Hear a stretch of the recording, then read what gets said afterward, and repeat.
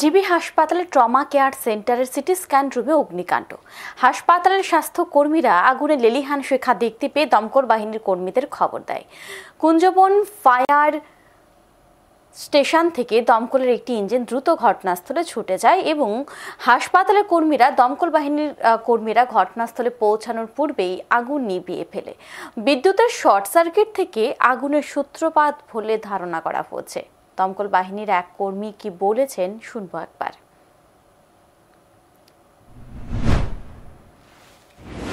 একটা খবর আছে যে জিবিতে ট্রমা সেন্টারে নাকি একটা ফায়ার কল হয়েছিল।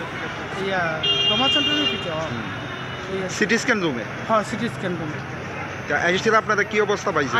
আমরা পাইছি আগুনটা তারা নিবাই লাইছে, তবে এদের ধোয়া টোয়া হয়ে দিছে। আমরা এই অবস্থায় পাই। কিভাবে নিবানো হয়েছে আগুন? নিবানো হয়েছে, আমরা তো কোনো ইউজ করছি না, তারাও এখানে একটা চিপ দিয়ে আমাদের